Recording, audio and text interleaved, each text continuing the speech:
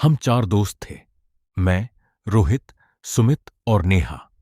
सबने मिलकर तय किया था कि गर्मियों की छुट्टियों में शहर से बाहर कहीं लंबी ड्राइव करनी है। बस, बैक बैग और उन अनजान रास्तों की चाह जहां सन्नाटा ज्यादा मिलता है और लोग कम। हमने रात का प्लान बनाया ताकि रास्ते की ठंडी हवा और चांद की रोशनी दोनों साथ रहे।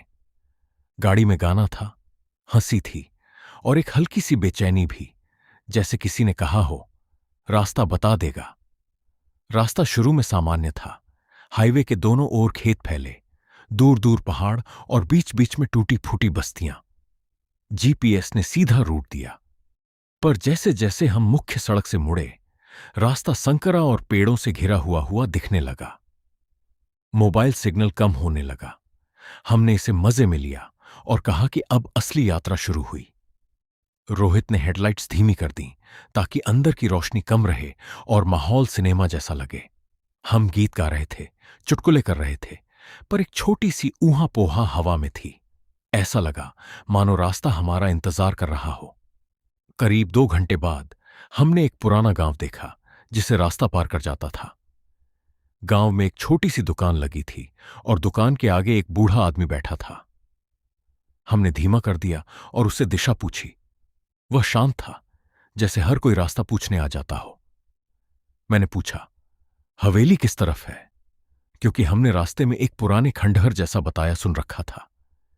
उसी वक्त बूढ़े ने आंखें झपकाईं और सिर्फ कहा, अंदर मत जाना। उसकी आवाज में कोई चेतावनी नहीं, बस एक वजन था, जैसे उसने इस शब्द को सालों से बोला हो। नेहा ने उसका धन्यवाद किया और हम आगे बढ़े, पर हम में से किसी ने भी उस लाइन को ठीक से नहीं लिया। मस्ती में सबने कहा कि क्यों डरें, हवेलियां तो हॉरर फिल्म में ही डराती हैं। बदली हुई सड़क हमें घुमाती हुई ले गई। चांद प्रकाश मानो पेड़ों की पत्तियों से छनकर हमारी कार पर पड़ रहा था और रास्ता धीरे धीरे और सुनसान होता जा रहा था। अचानक सिग्नल क्लासिक नो सर्विस में बदल गया और हमारी गाड़ी की रिकॉर्डिंग सिस्टम भी अजीब तरीके से बंद हो गई। जैसे ही हम एक मोड़ पर पहुंचे, रोहित ने ब्रेक लगाए। सामने रास्ते में कुछ पड़ा था। हमने रोशनी डाली और देखा कि वहां एक छोटी डायरी पड़ी थी, काली धूल से ढकी। सुमित ने उसे उठाया और कहा, किसी ने गीती छोड़ दी है। पर नेहा की आंखों में विकटीपन था। उसने कहा, यहां से लौट चलें। हमने फिर भी आगे बढ़ना चुना। यह हमारा निर्णय था, सफर की जिज्ञासा और थोड़ी हिम्मत का परीक्षण। जैसे ही हमने आगे बढ़ा, हवा का स्वभाव बदल गया। कोई तेज ठंडी हवा नहीं थी, बल्कि निगलने जैसी एक सूनी ठंडक थी जो बस हमारे अंदर तक घुस रही थी। कार की रेडियो अचानक एक धीमी बुनियादी टून पर फंस गई। कोई गाना नहीं, बस एक लय जो बीच बीच में कोई पुरानी लोक कथा की तरह फुसफुसा रही थी। नेहा ने देखा और कहा, यह तो किसी ने बंद कर दिया होगा। पर सिस्टम बंद नहीं हुआ। यह उसके बजने जैसा लग रहा था, जैसे कोई उसे अपने बारे में बता रहा हो। हमने देखा कि रास्ते के किनारे छोटे छोटे निशान थे। पहले तो हमने सोचा कि जंगली जानवरों के हैं, पर जब रोशनी उन निशानों पर पड़ी तो वे उंगलियों जैसे दिखे, लंबे और पतले, मानो किसी ने जमीन पर बार बार अपना कोई पुराना अंकित किया हो। मेरी छाती में धड़कन तेज हुई। हमने समझा कि कोई यहां ज्यादा समय से नहीं आता। चीजें यथास्थिति में पड़ी हैं, पर दिल में छिपा सवाल यह था कि किसके निशान थे ये। गाड़ी ने हवेली की झलक दिखाई, आधे ढह चुके काले मकान की परछाई। खिड़कियां टूटी और छत से कुछ टुकड़े लटक रहे थे। हवेली अकेली नहीं दिखी, उसके चारों ओर हवा की चादर कुछ अलग थी, मानो सब कुछ धीमा हो गया हो। हम गाड़ी धीरे धीरे उसके गेट तक ले आए। सुमित ने कहा, हम बस तस्वीर लेकर वापस चलेंगे। पर नेहा की आवाज कांप रही थी। मैंने दरवाजा बंद रखा, एक तरह का सुरक्षा कवच। रोहित ने हेडलाइट बंद की ताकि अंदर का अंधेरा बाहर से न दिखे, और हमारी कुछ तस्वीरें लीं। तस्वीरों में कुछ अजीब चमक थी। हर फोटो में वापस आकर देखी तो किसी न किसी कोने में हल्की सी परछाई दिखी थी, मानो कोई खड़ा हो और हमारी तरफ देख रहा हो। हवा अचानक रुक सी गई। दरवाजे के पास पेड़ों की पत्तियां धीरे धीरे झुक रही थीं, मानो कोई हमारे पास गुजर रहा हो। हमने तय किया कि अंदर जाकर सिर्फ झांक कर देखेंगे। गेट चरमराया जब हमने उसे खोंचा। अंदर घुसते ही धूल की खुशबू और कुछ पुरानी चीजों की सुगंध मिली, जैसे समय की खुशबू हो। सीढ़ियां चरमराती थीं और फर्श पर चलते ही कुछ धूल ऊपर उठी। हम धीरे धीरे आगे बढ़े और मेरे जूतों के पास एक लंबा सा काला निशान दिखा। निशान बिल्कुल उन उंगली सी छापों जैसा ही।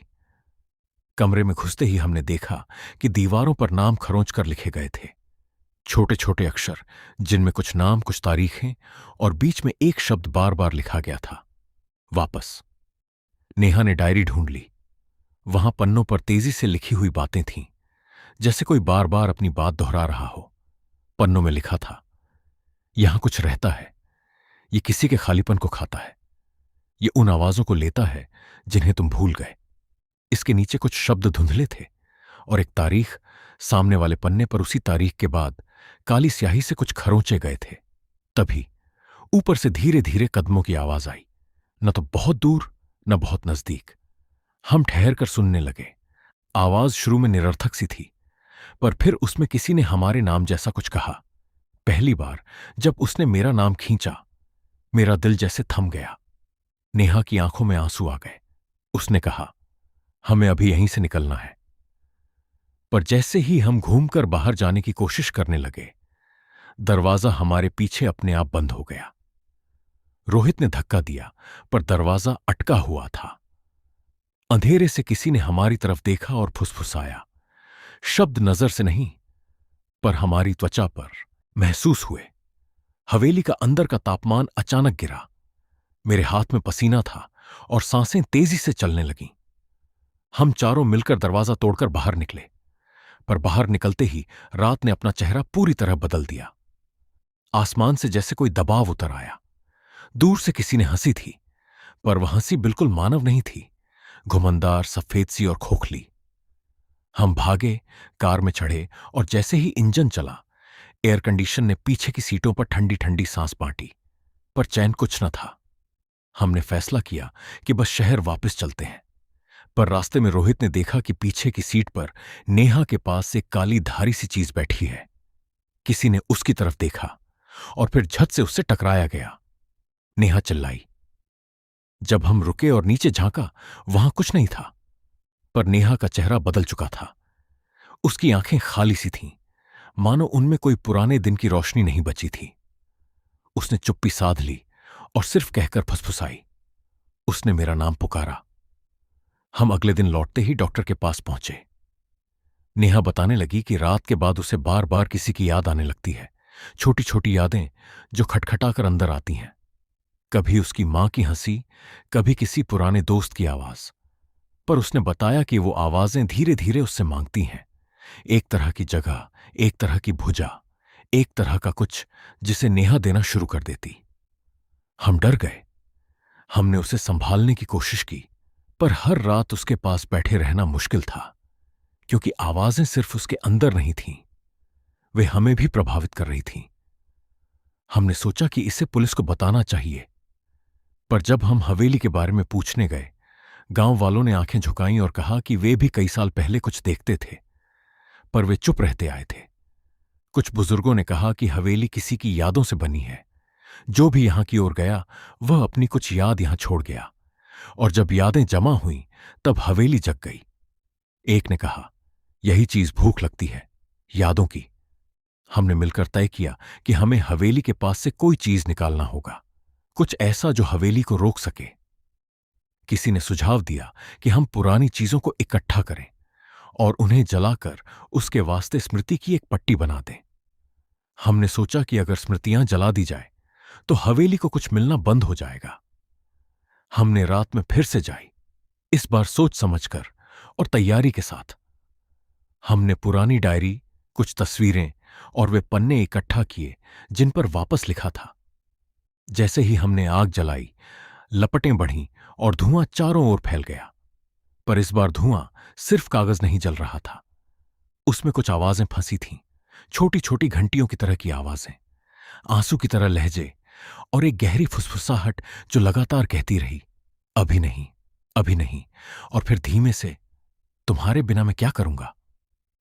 अचानक जुलूस सा कुछ उठा, धुएं के बीच से मानो कुछ आंखें बनकर उभरी। वे आंखें हमारी तरफ बढ़ीं और फिर एक के बाद एक हमारे साथियों के चेहरे बदलने लगे। पहले सुमित के, फिर रोहित के।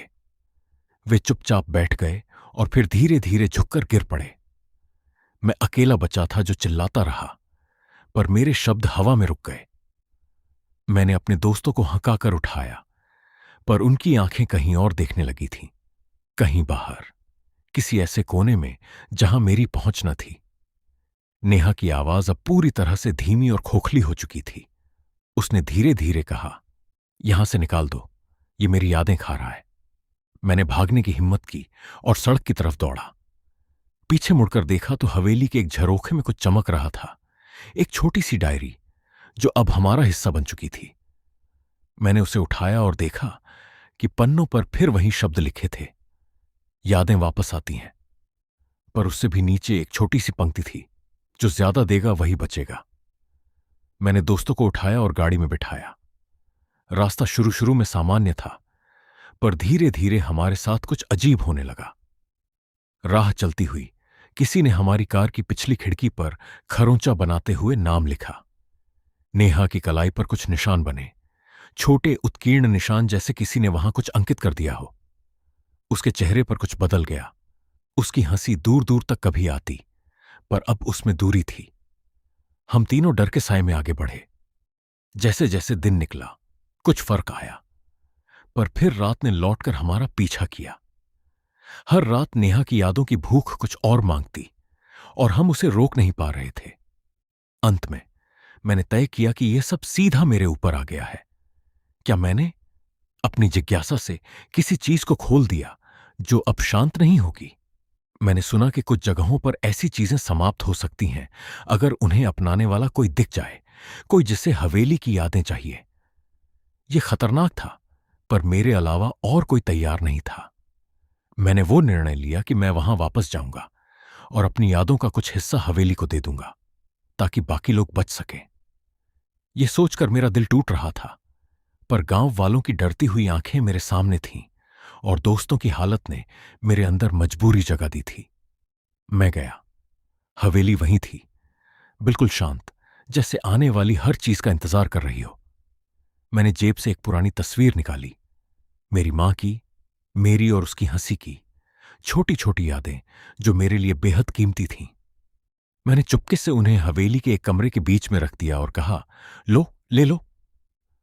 कुछ क्षण बाद हवा में एक झटका सा आया। कमरे के एक कोने में धुएं जैसी मरहम बनकर कुछ उभरा। मैंने महसूस किया कि किसी ने मेरी यादों को चुना। फिर एक विचित्र शांति हुई। ऐसा लगा जैसे दीवारें थोड़ी नरम कर गईं और बाहर की हवा में कुछ हल्का फुसफुसा। मैं फौरन बाहर भागा।